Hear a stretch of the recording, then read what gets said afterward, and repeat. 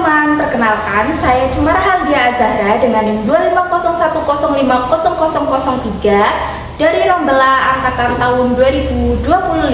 Pada video kali ini saya akan menyampaikan tugas terkait literasi digital dan kemanusiaan yang diampu oleh Bapak Novi Setiasto SPD MPD. Selamat menyaksikan. Sebuah video memperlihatkan aksi perundungan di lingkungan sekolah SMK. Namun usai seorang siswi melawan saat dirundung kakak kelasnya, ia malah dilaporkan ke polisi. Pihak keluarga bahkan dimintai uang 200 juta rupiah oleh terduga. Fenomena perundungan di kalangan pelajar pemirsa ini menjadi sorotan kembali.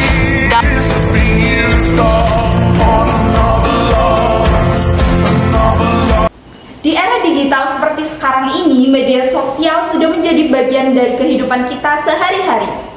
Mulai dari siswa SD, SMP, SMA, mahasiswa, hingga masyarakat umum.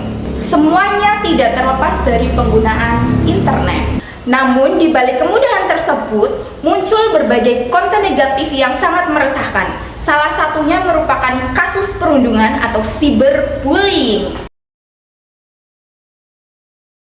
Boleh cerita gak sih? Kan berawal dari postingan ini ya. Terus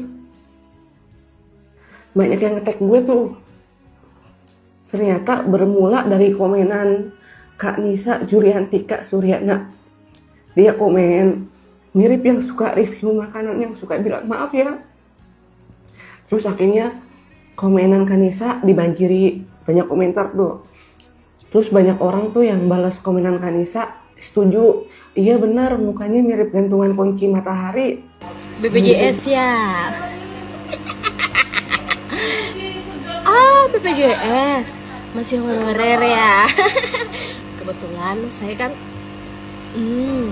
Seorang oknum karyawan PT Timah di Provinsi Kepulauan Bangka Belitung diduga melakukan tindakan tak terpuji dengan menghina profesi tenaga honorer. Dalam sebuah video yang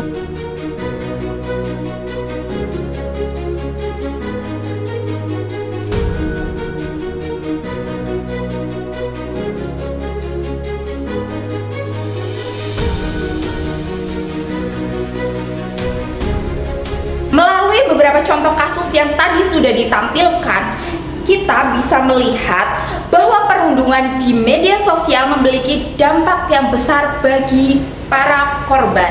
Oleh karena itu, pada video kali ini saya akan membahas mengenai mengapa kita harus bijak dalam bermedia sosial dan bagaimana kita mengatasi kasus perundungan di media sosial.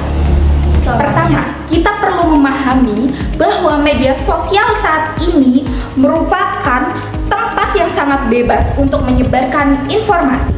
Berdasarkan Undang-Undang Informasi dan Transaksi Elektronik atau Undang-Undang ITE, konten negatif mencakup penghinaan, pencemaran nama baik, penyebaran kebencian, hingga penyebaran berita bohong atau hoax. Salah satu bentuk yang sering terjadi di dunia maya adalah cyberbullying. Cyberbullying ini bisa berupa ejekan, penyebaran data pribadi, atau komentar seperti body shaming. Mungkin bagi pelaku ini terlihat seperti bercanda, namun bagi korban ini bisa menjadi tekanan mental yang sangat kuat, sehingga korban ini menjadi kehilangan percaya diri, bahkan bisa menjadi depresi. Selain itu, perundungan juga dapat diperparah dengan adanya orang lain yang ikut menyebarkan informasi tidak benar dan ikut-ikutan dalam memberikan komentar negatif bagi korban. Tanpa disadari, kita bisa menjadi bagian dari masalah hanya karena ikut-ikutan. Yang kedua, pentingnya berliterasi digital. Artinya, dalam menyebarkan informasi atau mendapatkan informasi, kita harus mengecek terlebih dahulu apakah informasi tersebut valid atau tidak, kemudian baru menyebarkannya kepada orang lain. Misalnya, saat kita menerima pesan dari grup WhatsApp untuk menyerang seseorang, kita tidak boleh langsung membagikan informasi tersebut. Kita harus bertanya terlebih dahulu, apakah berita tersebut benar, bermanfaat, atau atau justru merugikan bagi orang lain? Jika jawabannya merugikan bagi orang lain, kita sebaiknya tidak ikut-ikutan menyebarkan informasi tersebut. Ketiga, kita harus sadar bahwa setiap orang yang bermedia sosial itu memiliki konsekuensi. Tidak sedikit kasus di Indonesia di mana seseorang harus berurusan dengan hukum karena menghina atau mencemarkan nama baik orang lain di internet. Artinya, dalam bermedia sosial kita harus bijak, bukan hanya soal etika, tetapi harus memiliki jiwa tanggung jawab terhadap hukum. Yang terakhir, kita harus berperan aktif dalam menciptakan lingkungan digital yang sehat. Caranya bukan hanya dengan kita menghindari konten negatif, tetapi dengan cara kita mengingatkan orang lain dengan cara yang baik dan tidak ikut dalam kegiatan perundungan. Dengan cara begitu, kita tidak hanya menjadi pengguna media sosial yang bijak, tetapi merupakan bagian dari solusi dalam mengurangi angka perundungan di Indonesia. Sebagai penutup, perundungan di media sosial merupakan masalah nyata yang bisa berdampak besar bagi kehidupan seseorang. Oleh karena itu, kita harus mulai dari diri kita sendiri untuk lebih bijak dalam bermedia sosial.